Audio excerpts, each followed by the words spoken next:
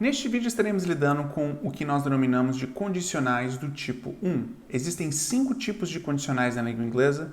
Nós, em outro vídeo, abordamos a condicional tipo 0 e agora estamos lidando com a condicional primeira, ou tipo 1.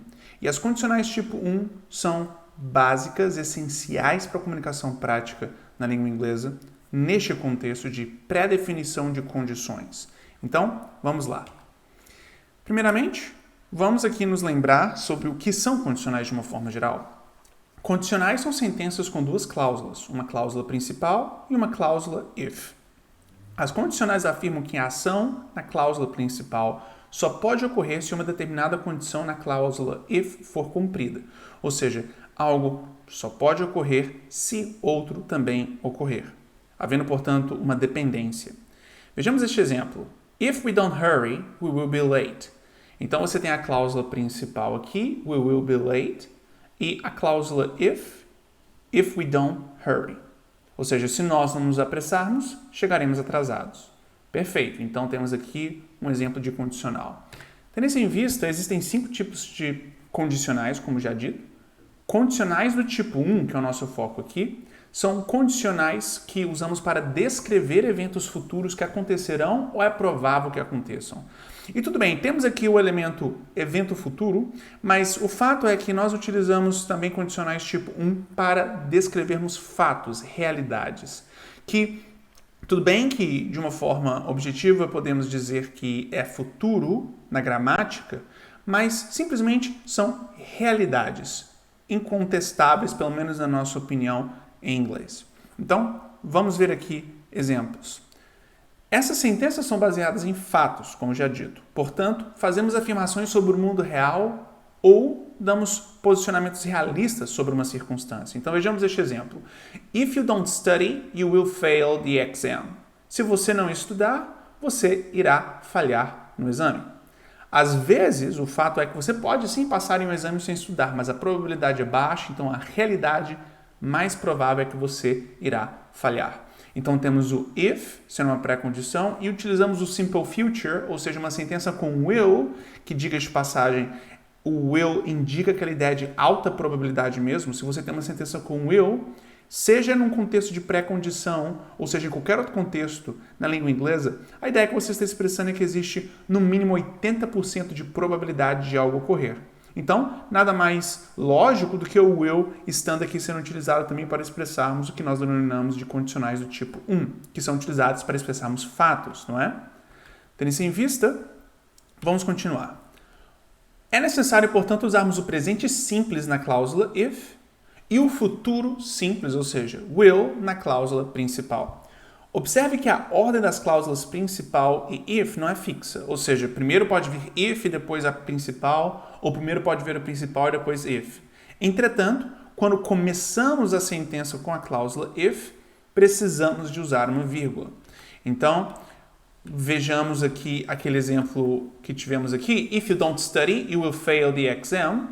Você, pelo fato de ter começado a sentença com a cláusula if, precisa da vírgula para separar a cláusula if da cláusula principal.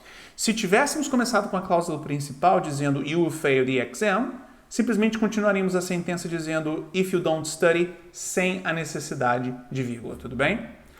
Então, voltando aqui à sequência, vejamos. Cláusula if, que é o if mais a sentença no presente simples, mais a cláusula principal, que é o future simple ou simple future. Então vejamos. If the weather is great, we will go to the park. Se o tempo estiver muito bom, nós iremos ao parque. If you don't stop fighting with each other, you two will be grounded. Ou seja, se vocês não pararem de brigar uns com os outros, os dois estarão de castigo.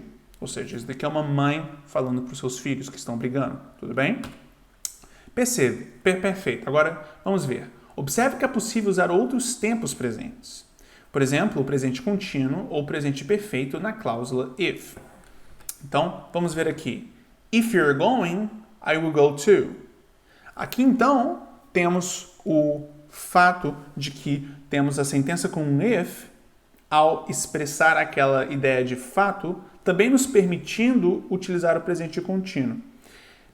Um outro exemplo. If they have already received your information, they will let you know.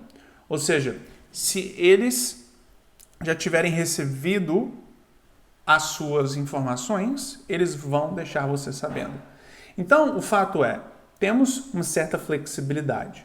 Agora, o que efetivamente é o comum é que a cláusula principal sempre tem o will. Então, temos a cláusula if tendo uma certa flexibilidade, portanto, que consideremos também que, via de regra, é o presente simples que é utilizado, mas há a possibilidade de usarmos o presente contínuo também, ou o presente perfeito. Mas o que é comum e o que é o padrão é, se temos uma cláusula do tipo 1, a sentença principal, a cláusula principal, se mantém no futuro simples, com will. Então, I will go to, ou they will let you know. Ok? Perfeito. Agora, as primeiras condicionais podem ser usadas para fornecer instruções em algumas situações em particular. Então vejamos. If you carry all these bottles at once, you will drop them. It is too dangerous. Ou seja, nós definitivamente podemos utilizar essas cláusulas para oferecermos instruções, indicando, portanto, coisas importantes e consequências que queremos dizer para as pessoas que ocorrerão caso elas façam uma coisa em particular que estamos as instruindo para ou não fazer. Então vejamos. If you carry all these bottles, se você carregar todas essas garrafas at once, ou seja, ao mesmo tempo, you will drop them. Você vai as deixar cair. It is too dangerous. É muito perigoso. Então estamos instruindo essa pessoa utilizando uma condicional do tipo 1, indicando que para nós é uma realidade. Tudo bem? Perfeito. Tendo isso em vista, temos aqui então, sendo devidamente coberto, o que são condicionais do tipo 1. Muito obrigado.